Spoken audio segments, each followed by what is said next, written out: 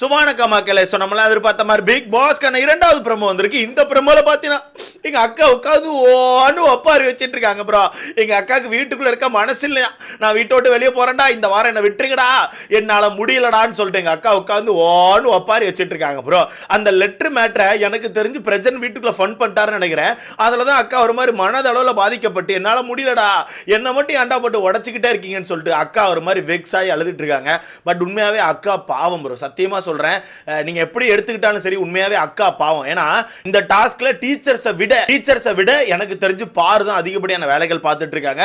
But அவ்வளவு வேலைகள் பார்த்துமே பார்வை போட்டு எல்லாரும் நோண்டிக்கிட்டே இருக்காங்க ப்ரோ, சும்மா நோண்டிக்கிட்டே இருக்காங்க. வேனுக்குனே ட்ரிகர் பண்றாங்க, வேனுக்குனே வார்த்தைகளை விட வைக்க ட்ரை பண்றாங்க, வேனுக்குனே அவங்க கிட்ட வார்த்தைகளை விட்டு அவங்க வாயிலிருந்து ஒரு சில வார்த்தைகளை வர வைக்க ட்ரை பண்ணிட்டு இருக்காங்க. இந்த மாதிரி பார்வை போட்டு ட்ரிகர் பண்ணிட்டே இருக்காங்க. அது வகையில முதல் ப்ரோமோ நீங்க எல்லாருமே பார்த்திருப்பீங்க. முதல் ப்ரோமோல நம்ம அக்காவுக்கு வந்து ஒரு மொட்டை கடிதாசம் வந்திருக்கும்.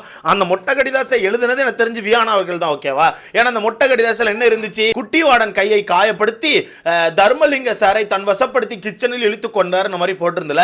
அந்த விஷயத்தை வச்சு முதல் ப்ரோமோல அக்கா சண்டை போட்டாங்க. சண்டை போட்டது மட்டும் இல்லாம ஆபீஸ் மீட்டிங் மாதிரி ஒன்று வச்சு அந்த 5 பேர் சேர்ந்து வெளியே உட்காந்து பேசிட்டு இருப்பாங்க. அப்படி பேசும்போது பிரச்சனை ஏதோ ஒரு சில ஃபன் பண்ணிட்டாரு போல. அதனால தான் அக்கா உட்காந்து உடஞ்சு அழுதுட்டு இருக்காங்க. எனக்கு தெரிஞ்சு வீட்டுக்குள்ள அந்த லெட்டர் மேட்டரை கொண்டு போய் வீட்டுக்குள்ள எல்லார்கிட்டையும் ஏதோ கொஸ்டின் பண்ணிருப்பான்னு நினைக்கிறேன். அப்ப வீட்டுக்குள்ள ஸ்டூடெண்ட்ஸ் எல்லாருமே சேர்ந்து அக்கா மேல ஏதோ வன்மத்தை கக்கிட்டாங்க. அதனால தான் அக்கா ஒரு மாதிரி மனசோடஞ்சு பேசிட்டு இருக்காங்க. என்னென்ன விஷயங்கள் அப்படிங்கறத மொத்தமா பாத்திரலாம். ஆனா சத்தியமா எனக்கு தெரிஞ்சு பாரு இந்த டாஸ்க் நல்லா தான் பண்றாங்க ப்ரோ, குறலாம் சொல்ல முடியாது. உங்களுக்கு எப்படி தோணுதுன்னு சொல்லிட்டு மறக்காம போய் கமெண்ட்ல போட்டுருங்க. சரி ஓகே, என்னென்ன விஷயங்கள் அக்கா ஏன் இவ்வளவு கஷ்டப்பட்டு அழுதுட்டு இருக்காங்க எல்லாத்தையும் மொத்தமா பாத்திரலாமா? சோ வீடியோக்குள்ள போறதுக்கு முன்னாடி மறக்காம இந்த வீடியோ லைக் பண்ணி சேனலை சப்ஸ்கிரைப் பண்ணிக்கோங்க. நீங்க போடுற ஒவ்வொரு லைக் வந்து நம்ம வீடியோவை இன்னொரு 10 பேர் சஜஸ்ட் பண்ணணும். சும்மா இந்த அளவுக்கு லைக் போட்டு சேனலை சப்ஸ்கிரைப் பண்ணிக்கோங்க. ஃபர்ஸ்ட் அந்த முதல் ப்ரோமோல பாத்திருப்பீங்க, அந்த லெட்டரை வச்சு வெளிய ஒரு முக்கு சோஃபால உட்கார்ந்து அந்த ஆபீஸ் மீட்டிங் மாதிரி போட்டிருப்பாங்க. அதிலே விஜே பாரு வந்து அமித் கூட சேர்த்து வச்சு பேசினதுனால அவங்க ஒரு மாதிரி மனசு உடஞ்சிருப்பாங்க. ஏன்னா அமித்தை நான் கிச்சனுக்கு வேலைக்கு தானே எடுத்தேன், ஆனால் வேலைக்கு எடுத்ததை வச்சு இப்படி பேசியிருக்காங்களே, இப்படி எழுதியிருக்காங்களே, என்னோட கேரக்டர் ஒரு மாதிரி அசிங்கப்படுத்துறாங்களேன்னு சொல்லிட்டு அந்த இடத்துல அந்த விஷயத்தை வச்சு பேசியிருப்பாங்க.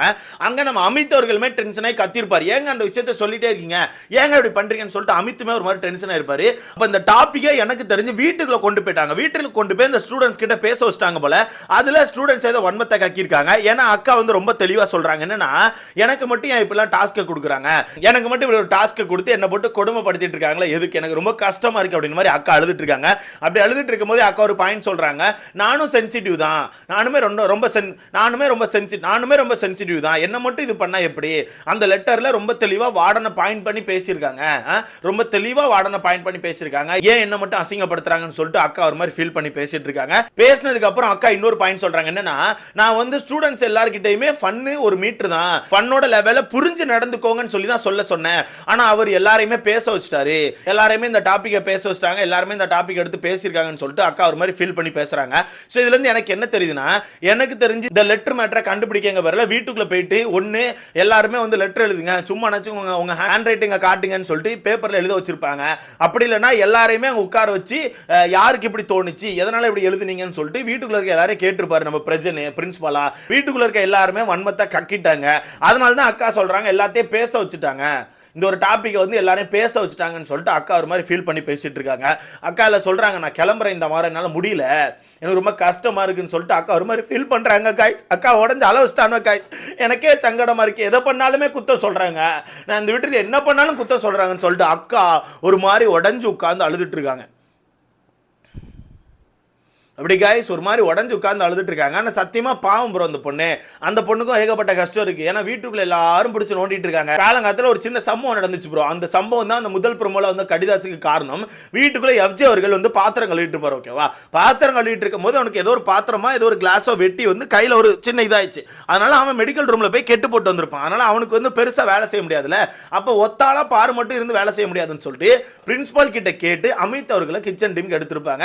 அதாவது சமைக்கிறதுக்கு மட்டும் பாத்திரங்களோ இல்லை சமைக்க ஏதாச்சும் ஒரு வேலையை யூஸ் பண்ண, ஏதாச்சும் ஒரு வேலைக்கு மட்டும் யூஸ் பண்ணிக்கணும்னு சொல்லிட்டு அமித் அவர்களை உள்ள எடுத்திருப்பாங்க. அமித்துமே காலில் இருந்து கிச்சன்ல தான் இருந்துட்டு இருந்தாப்ல. ஏன்னா அமித்தும் நம்ம விஜே பாரு ஒரு கண்டென்ட் பண்ண ட்ரை பண்ணிட்டு இருந்தாங்க. சும்மா அவங்க 2 பேருக்குள்ள ஒரு ரிலேஷன்ஷிப் இருக்க மாதிரி காட்டுற மாதிரி ஒரு கண்டென்ட் பண்ண ட்ரை பண்ணிட்டு இருந்தாங்க. அப்படி இருக்கும்போது கரெக்டாக இந்த வாய்ப்பு கிடைச்சோன்னே சரி வாங்க நீங்களே கிச்சன் டீம் வாங்கன்னு சொல்லிட்டு கிச்சன் டீம் எடுத்து போட்டிருப்பாங்க. கிச்சன் டீம் உள்ள எடுத்து போட்டுன்னு ஒரு கிச்சன் டீம் வந்து வேலை பார்த்துட்டு இருப்பாரு. நல்லா தான் போயிட்டு இருக்கும். ஓகேவா, 2 பேரும் வேலை பார்த்துட்டு இருப்பாங்க. இதுல நம்ம விஜே பாருக்கும் கையில சுடுலாம் போட்டிருக்கோம். இப்போ லைவ் பார்த்தா கூட தெரியும் கையில பேஸ்ட் போட்டிருப்பாங்க. ஸோ அவங்களும் சமைக்கும் போது அவங்களுக்கும் அடிப்படை தான் செஞ்சிருக்கு. பட் இருந்தாலும் சமைச்சாகன்மே ஒரு டாஸ்க் கொடுத்துட்டாங்களே, இந்த டாஸ்க்கை பெஸ்ட்டாக பண்ணணும்னு சொல்லிட்டு விஜே பாரு முடிஞ்ச அளவுக்கு பெஸ்ட் கொடுத்து பண்ணிட்டு இருக்காங்க.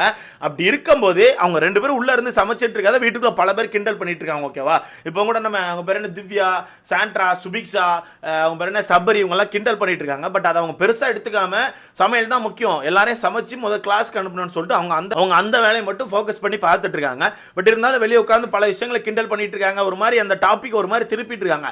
அதனால தான் வீட்டுக்குள்ள நம்ம வியானா அவர்கள் ஒரு மொட்டை கடிதாசை போட்டிருக்காங்க.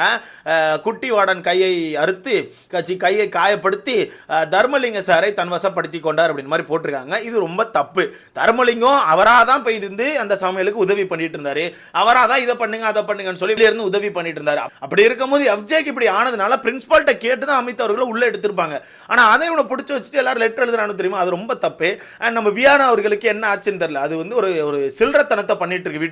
வீட்டுக்குள்ள என்ன வேணா பண்ணலான்னு சொல்லி யோசிச்சுட்டு இருக்கு.